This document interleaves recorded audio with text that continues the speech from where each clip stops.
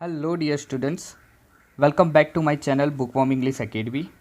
तो भाई आज हम बात करने वाले हैं हमारे क्लास 11th की एनसीईआरटी की जो बुक है हॉर्नबिल, उसका यूनिट नंबर 1 जिसका नेम है the portrait of a lady. एक बहुत ही बढ़िया कहानी दी गई है यहाँ पर। तो चलिए आइए शुरू करते हैं हमारा lesson the portrait of a lady.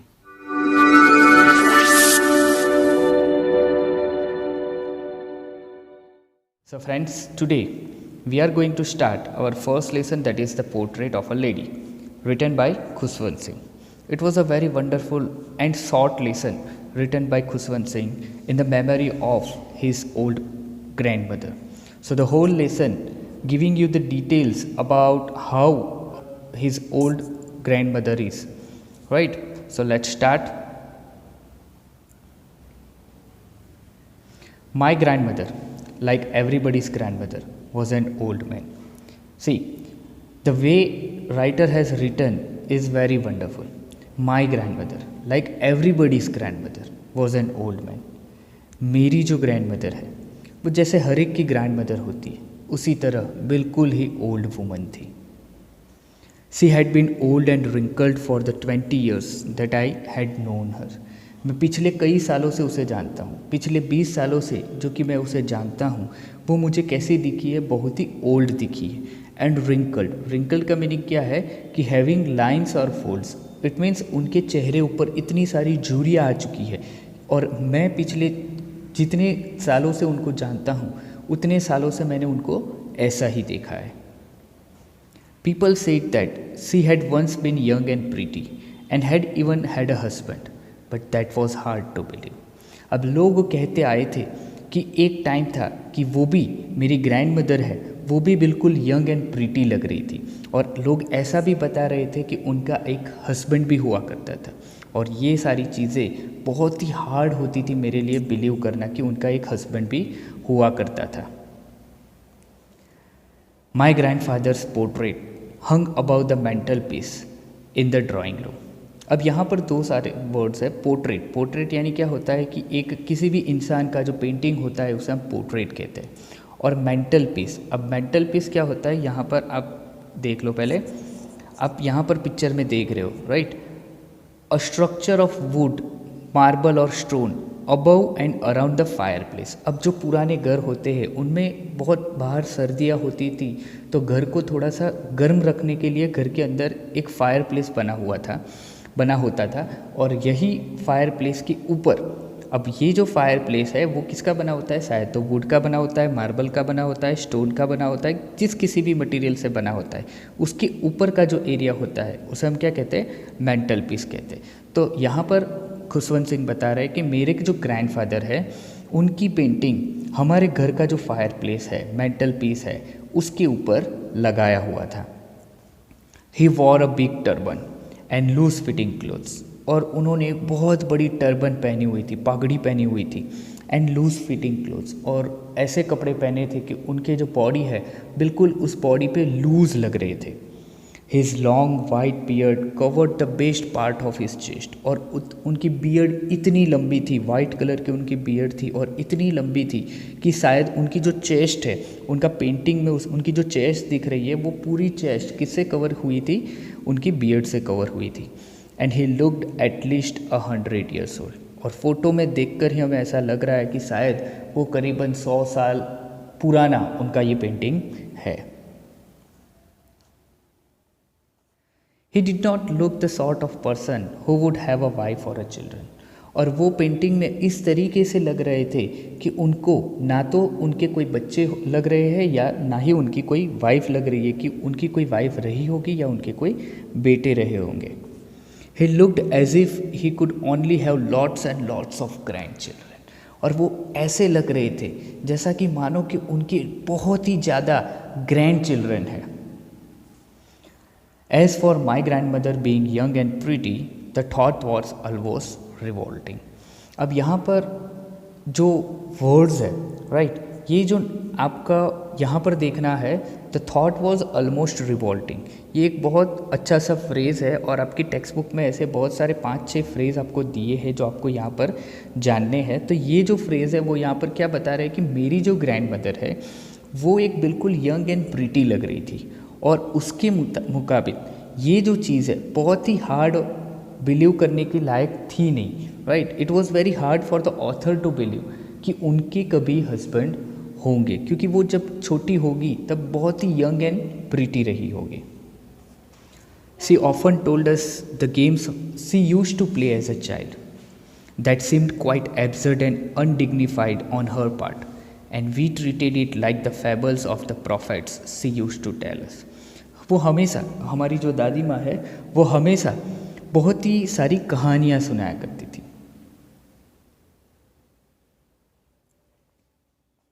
हमारी जो दादी माँ है वो बचपन में वो जो गेम खेला करती थी उसके बारे में हमें बात किया करती थी।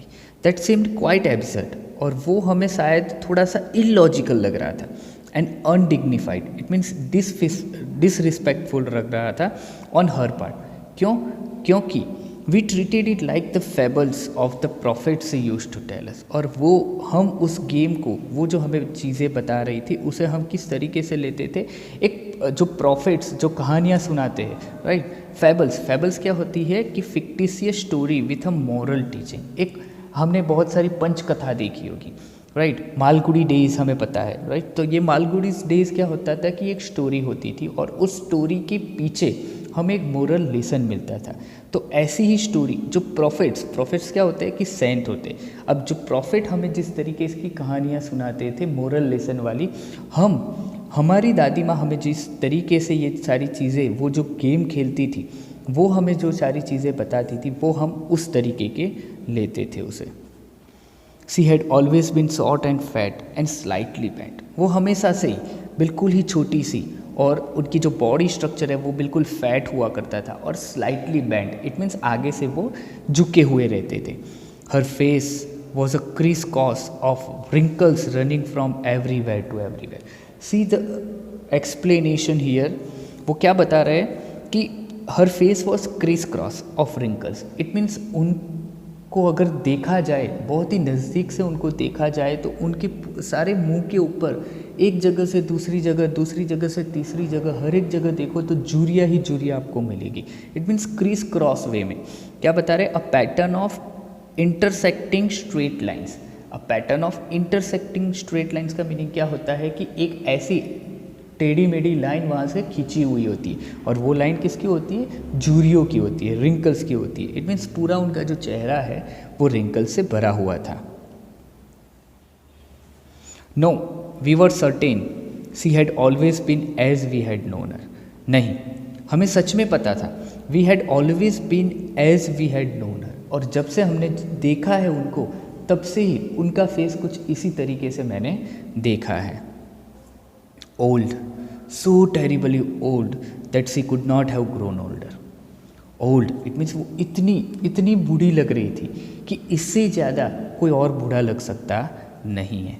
And had stayed at the same age for 20 years, और पिछले 20 सालों से शायद वो इसी प्रकार से और इस ऐसी ही ज़िंदगी वो जीते आए हैं, और उनका फेस भी शायद थोड़ा सा भी 20 ईयर्स में चेंज हुआ नहीं है।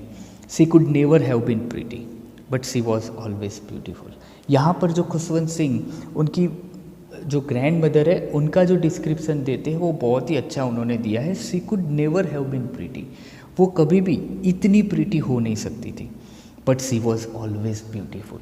लेकिन अगर उनकी बात की जाए तो वो बहुत ही ब्यूटीफुल थी। अब ब्यूटीफुल किस तरीके से वो कह रहे हैं कि उनका नेचर उनको बहुत पसंद आता था, उनके नेचर के हिसाब से वो बहुत ही ब्यूटीफुल लग रही थी। She hobbled about the house in spotless white, with one hand resting on her waist to balance her stoop and the other telling the beads of her rosary. अब यहाँ पर खुशवंत सिंह क्या बता रहे हैं कि she hobbled about in the house. होबल्ड का meaning क्या होता है, walked in an awkward way.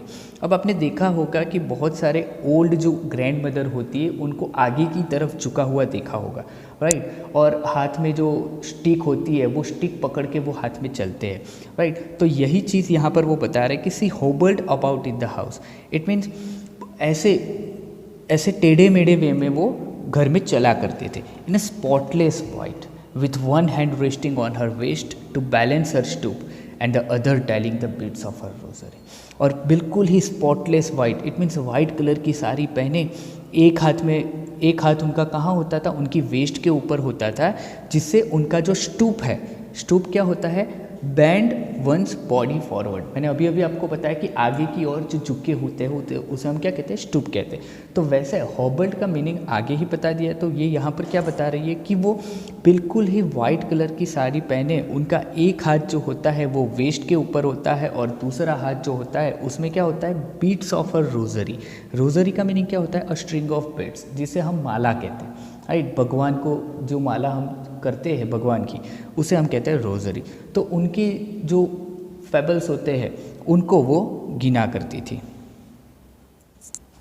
Her silver locks were scattered untidily over her pale plucked face and her lips constantly moved in inaudible prayer. Her silver locks, locks यानी यहाँ पर क्या है, hair है, और उनके सिल्वर लॉक्स क्यों बताए गए हैं कि उनकी एज कुछ ज़्यादा ही हो गई है और उनकी एज की वजह से उनके जो हेयर है वो बिल्कुल ही सिल्वर कलर के हो गए। और scattered untidily over her pale plucked face, उनका बिल्कुल ही मुरझाया हुआ फेस है। प्लकड, प्लकड का मीनिंग क्या है, अ face contract into wrinkles, it means face पे बहुत सारी झुर्रियाँ है और ऐसे फेस के ऊपर उनकी जो सिल्वर कलर के हेयर है वो इधर उधर स्कैटर्ड हुए हैं, इट मीन्स बिखरे हुए हैं। And her lips constantly moved in inaudible player, और उनके जो लिप्स होते हैं वो कॉन्स्टेंटली, कभी सुनाई नहीं देने वाली ऐसी ही प्रेयर्स करते रहते हैं। Yes, she was beautiful. She was like the winter landscape in the mountains, an expanse of pure white serenity, breathing peace and contentment. My grandmother and I were good friends.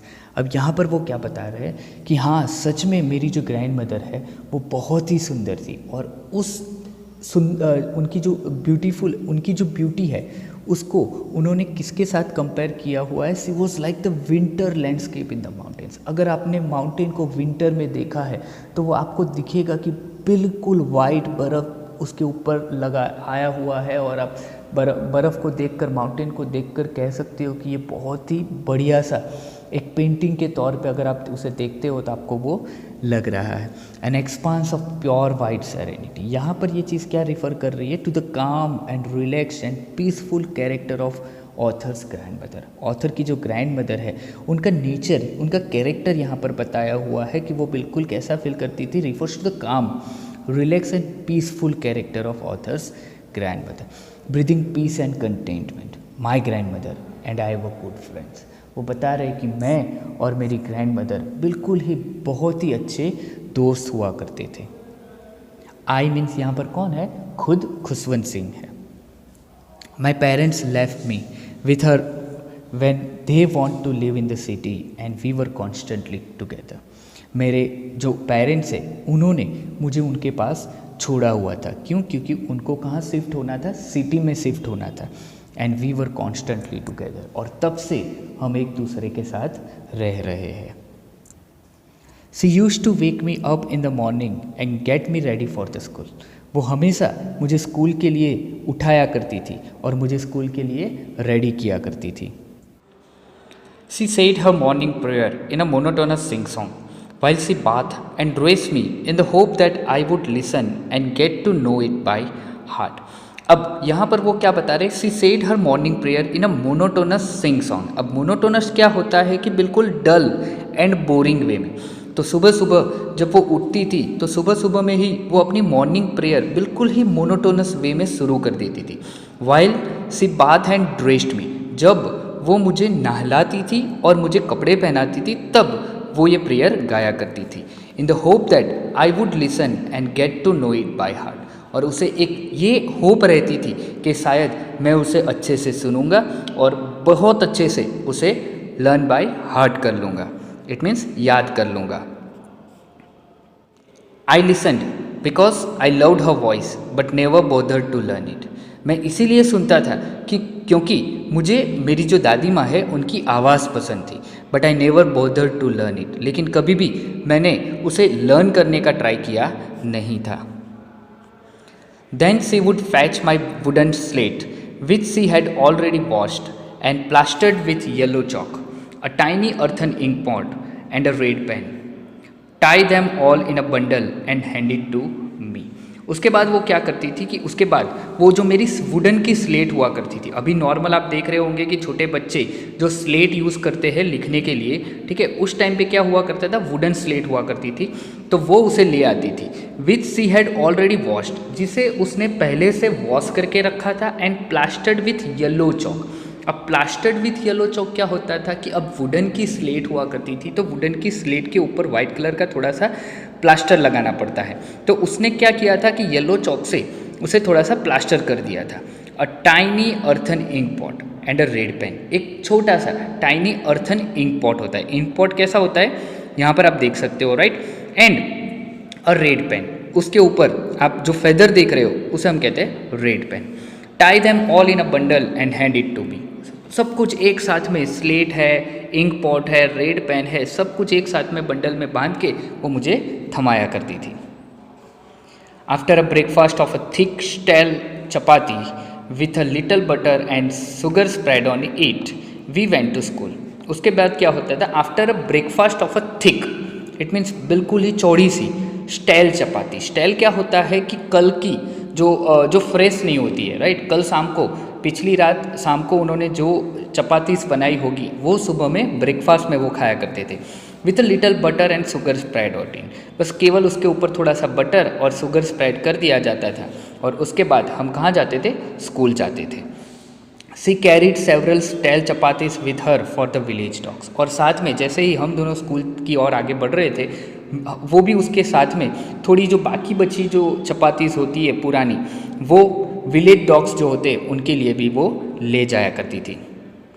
My grand mother always went to school with me because the school was attach to the temple, और मेरी grand mother हमेशा मेरे साथ school इसलिए आया करती थी क्योंकि मेरी जो स्कूल है उसके ही बगल में एक टेम्पल हुआ करता था, और उसी की वजह से वो वहाँ पर आया करती थी।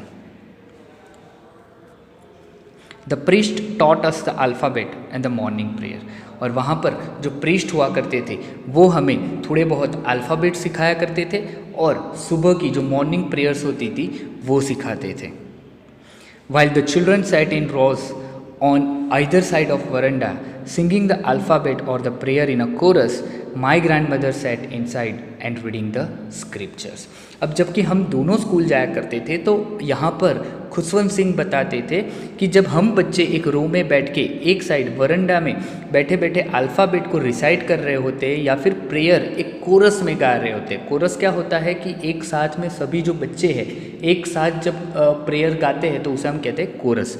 And my grand mother set inside reading the scriptures, और मेरी ग्रैंड मदर उसके अंदर बैठे बैठे जो स्क्रिप्चर्स होते हैं, स्क्रिप्चर्स क्या होते हैं, the scared writing of a religion, किसी भी रिलीजन की जो स्कैर्ड राइटिंग बुक होती है, जैसे कि हमारे हिंदू की अगर बात की जाए तो हिंदू में महाभारत है, रामायण है, मुस्लिम की बात की जाए तो कुरान है, क्रिश्चियन की बात की जाए तो बाइबल्स है, ऐसी सारी बुक्स वो पढ़ा करती थी।